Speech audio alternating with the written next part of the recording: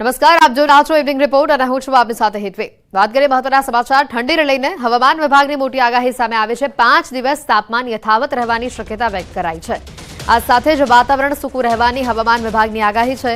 ઉત્તર પૂર્વથી પૂર્વ તરફના પવનો ફૂંકાઈ રહ્યા છે। હવામાન વિભાગે લઘુત્તમ તાપમાનમાં વધુ પરિવર્તન નહીં થવાની આગાહી કરી છે। અમદાવાદમાં 15.4 ડિગ્રી, ગાંધીનગરમાં 14.5 ડિગ્રી તાપમાન નોંધાયું છે, જ્યારે નલિયામાં સૌથી ઓછું 6.4 ડિગ્રી તાપમાન નોંધાયું છે।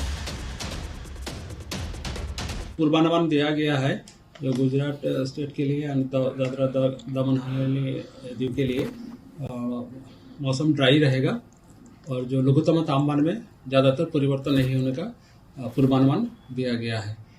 और इसमें जो पवन का दिशा था उत्तर पूर्व से पूर्व था और जो तापमान लघुत्तम तापमान अहमदाबाद में रिकॉर्ड हुआ है 15.4 डिग्री सेंटीग्रेड और गुजरात का जो लोएस्ट तापमान रिकॉर्ड हुआ है और नलिया में है वो 6.4 डिग्री सेंटीग्रेड है। और अभी जो लघुत्तम तापमान में ज़्यादातर परिवर्तन नहीं होने का फोरकास्ट दिया गया है और अहमदाबाद के लिए जो क्लियर स्काई का पूर्वानुमान दिया गया है अगले 24 आवर में और मिनिमम जो लघुत्तम तापमान है वो 16 डिग्री सेंटीग्रेड के आसपास रहने का पूर्वानुमान दिया है।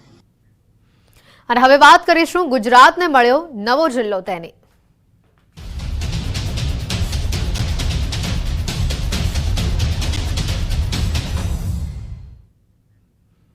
બનાસકાંઠા જિલ્લાનું વિભાજન કરીને નવો જિલ્લો બનાવાતા જ કहीं ખુશી કहीं ગમ જેવો માહોલ છે। વાવ થરાદ નવો જિલ્લો મળતા જ જિલ્લા ભાજપે ફટાકડા ફોડીને ઉજવણી કરી છે અને જેમાં ભાજપ કાર્યકર્તા અને પૂર્વ સાંસદ સહિતના નેતાઓ હાજર રહ્યા। તો આ તરફ ધાનેરાના પૂર્વ એમએલએ વિરોધ કરી થરાદમાં જવાથી ઇનકાર કર્યો છે, તો કાંકરેજને થરાદ જિલ્લામાં સમાવેશ કરતા એક બાજુ વિરોધ પણ જોવા મળી રહ્યો છે। સ્થાનિકોએ બનાસકાંઠા અથવા પાટણમાં સમાવવા માંગ કરી છે।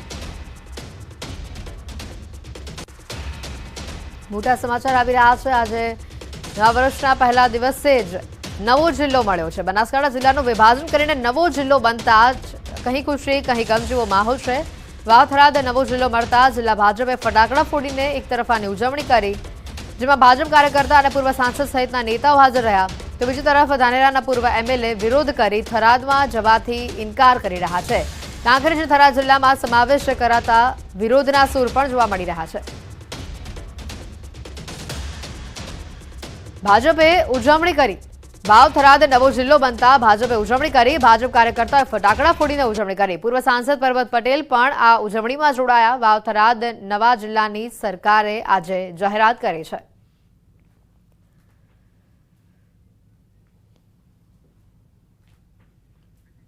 તો સાથે જ અહીંયા કાંકરેજને બનાસકાંઠા અથવા પાટણમાં સમાવવાની લોકમાંગ ઉઠી રહી છે। કાંકરેજને થરાદ જિલ્લામાં સમાવેશ કરતા કાંકરેજવાસીઓ આંદોલનના મૂડમાં પણ હવે જોવા મળી રહ્યા છે। કાંકરેજથી થરાદ 80 થી 90 કિલોમીટર દૂર થાય છે। સોશિયલ મીડિયામાં કાંકરેજવાસીઓ એક્ટિવ થયા હોય તેવા પણ દ્રશ્યો સામે આવ્યા। વાવ થરાદ નવો જિલ્લો બન્યો અને બીજી બાજુ કहीं ખુશી કहीं ગમ જેવો માહોલ અને આની સાથે જ બનાસકાંઠા જિલ્લાનું વિભાજન કરી નવો જિલ્લો બનાવતા જ કहीं ખુશી કहीं ગમ જેવો માહોલ છે। વાવ થરાદ નવો જિલ્લો મળતા જિલ્લા ભાજપે એક બાજુ ફટાકડા ફોડીને ઉજવણી કરી, તો બીજી બાજુ ધાનેરાના પૂર્વ એમએલએ વિરોધના મૂડમાં જોવા મળ્યા। કાંકરેજને થરાદ જિલ્લામાં સમાવેશ નહીં થવા દઈએ તેવી તેઓએ સૂર ઉચ્ચાર્યા છે। સ્થાનિકોએ બનાસકાંઠા અથવા પાટણમાં કાંકરેજને સમાવવાની માંગ કરી છે। કાંકરેજને બનાસકાંઠા અથવા પાટણમાં સમાવવાની લોકમાંગ ઉઠી રહી છે। કાંકરેજને થરાદ જિલ્લામાં સમાવેશ કરતા કાંકરેજવાસીઓ આંદોલનના મૂડમાં જોવા મળી રહ્યા છે। કાંકરેજથી થરાદ 80 થી 90 કિલોમીટરનું અંતર થાય છે। 80 થી 90 કિલોમીટરથી દૂર છે। સોશિયલ મીડિયા પર કાંકરેજવાસીઓ અત્યારે એક્ટિવ થયા હોય અને આંદોલનના મૂડમાં હોય તે પ્રકારના પણ કેટલાક દ્રશ્યો સામે આવ્યા છે। હું એવું કહેવા માંગુ છું કે અમારે કાંકરેજ તાલુકો જે પાલનપુર જિલ્લામાં હંમેશા હતો અને હંમેશા રહે, એના માટે અમે કાંકરેજ તાલુકાનું જે તે આયોજન કે જે પણ કરવું પડશે અમે કરીશું। અને અમારા પરંપરા કાંકરેજ તાલુકો આજીવન પાલનપુર જિલ્લામાં છે અને પાલનપુર જિલ્લામાં રહેવા માટે અમે યોગ્ય છે। એમાં જે અમારો કાંકરેજ તાલુકાનો સમાવેશ કરવામાં આવ્યો છે એ અમારી કાંકરેજ તાલુકાની પ્રજાને પસંદ નથી અને અમારો જે બનાસકાંઠા જિલ્લો હતો એમાં અમને રાખવામાં આવે અથવા જો રાખવામાં નહીં આવે તો અમે ગાંધી જગ્યા સુધી માર્ગ સુધી જવું પડે તો પણ જશું ને આંદોલન પણ કરીશું। અમે થરાદમાં જિલ્લો જાહેર કરવામાં આવ્યો છે એ અમારી કાંકરેજની જાહેર જનતાને કોઈને પસંદ નથી। જે અમારો બનાસકાંઠા જિલ્લો હતો એમાં જ અમારો સમાવેશ કરો કાંકરેજ તાલુકાનો, એવી અમારી કાંકરેજ તાલુકાની જાહેર જનતાની અપીલ છે. કાંકરેજ તાલુકાની માગણી છે કે અમને બનાસકાંઠામાં સામેલ રાખો અથવા પાટણમાં રાખો, કાં તો અમને જે છે તે બરાબર છે અને અમને જો ન્યાય નહીં મળે તો અમે રસ્તા પર ઉતરીશું, કાંકરેજ તાલુકો બંધનું એલાન આપીશું, શિવરી બંધનું એલાન આપીશું.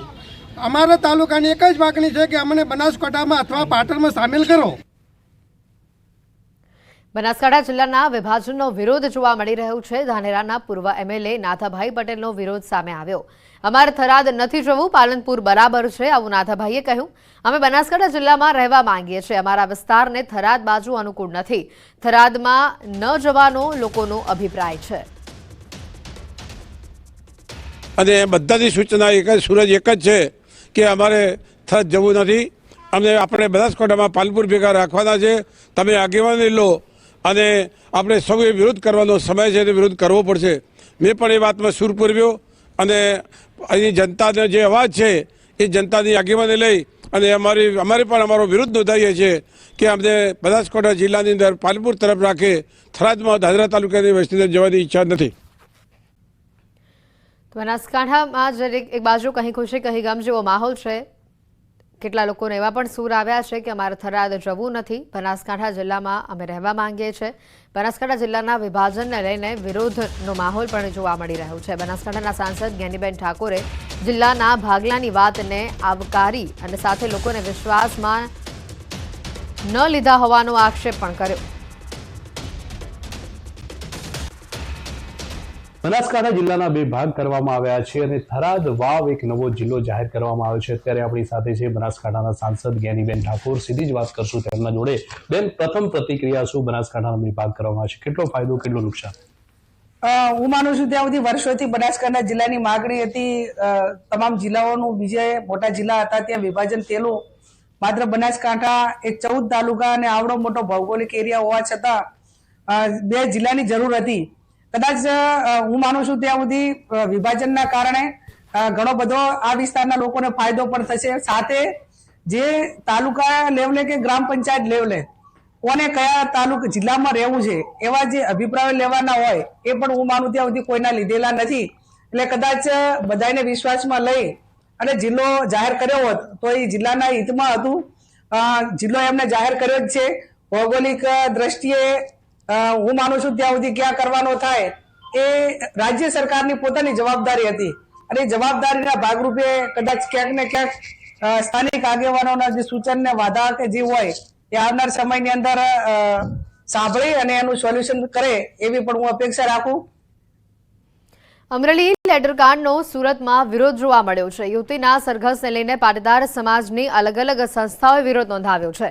સુરત જિલ્લા કલેક્ટર કચેરી પહોંચી આવેદન આપવામાં આવ્યું. રિકન્સ્ટ્રક્શનના નામે જાહેરમાં સરઘસ કાઢનાર પોલીસ અધિકારીઓ સામે કાર્યવાહીની માંગ કરવામાં આવી. કોંગ્રેસ નેતા અસલમ સાયકલવાલાએ પણ સમર્થન આપ્યું. આગેવાનોએ કલેક્ટરને દીકરીના ન્યાય માટે રજૂઆત કરી. ખરેખર તમારામાં હિંમત હોય, તમારે જો મર્દાનગી બતાવવી હોય તો તમે ભૂમાફિયાઓનું સરઘસ કાઢો. અમરેલીમાં કેટલા બુટલેગરો છે એમનું સરઘસ કાઢો. અમરેલીમાં કેટલા ખનીજ ખંડણીખોરો, ખનીજ ચોરો છે એનું સરઘસ કાઢો. તમામ સંગઠનો એકઠા થઈ અને આ દીકરીને ન્યાય અપાવવા માટે અમે કલેક્ટર કચેરીએ કલેક્ટરશ્રીને રજૂઆત કરવા આવ્યા છીએ. અમરેલી જિલ્લામાં લેટરકાંડ મામલે રાજકારણ ગરમાયું છે ત્યારે કોંગ્રેસ નેતા જેની ઠુમ્મર અમરેલી જિલ્લાના જેલમાં બંધ પાયલ ગોટીને મળવા પહોંચ્યા. યુવતીને મળી સાંત્વના આપી હતી.